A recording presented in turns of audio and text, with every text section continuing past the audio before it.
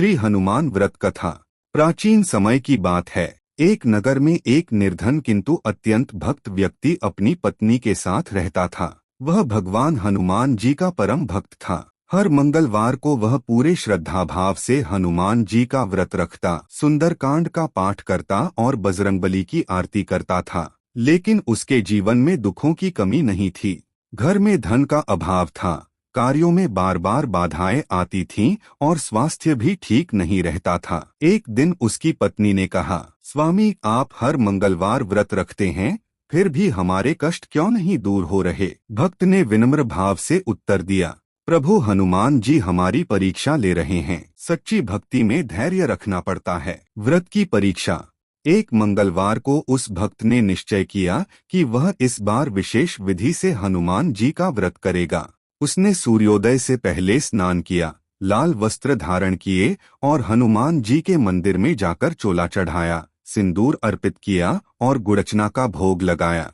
पूरे दिन वह निर्जल व्रत रखकर नमो भगवते हनुमते नमः मंत्र का जाप करता रहा। संध्या के समय जब वह मंदिर से लौट रहा था, तभी रास्ते में उसे एक वृद्ध ब्राह्मण भूखा प्यासा मिला। ब्राह्मण ने कहा, वत्स, मुझे बहुत भूख लगी है, क्या तुम मुझे कुछ भोजन करा सकते हो? भक्त असमंजस में पड़ गया।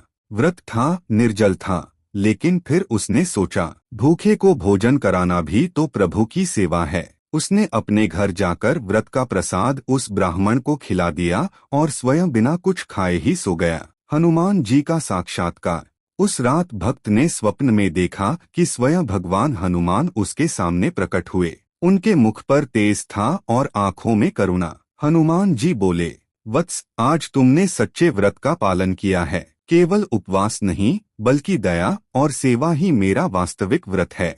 आज तुमने भूखे को भोजन कराया, यही मेरी सच्ची पूजा है। यह कहकर हनुमान जी ने उसे वरदान दिया कि उसके सारे कष्ट दूर होंगे, घर में सुख समृद्धि आएगी और वह सदैव निर्भय रहेगा। व्रत का फल। सुबह उठते ही भक्त की आंखें आनंद से भर आईं। कुछ ही दिनों में उसके जीवन की परेशानियां दूर होने लगीं। उसे अच्छा काम मिला, घर में सुख शांति आई और स्वास्थ्य भी उत्तम हो गया। वह पहले से भी अधिक श्रद्धा से हर मंगलवार हनुमान जी का व्रत रख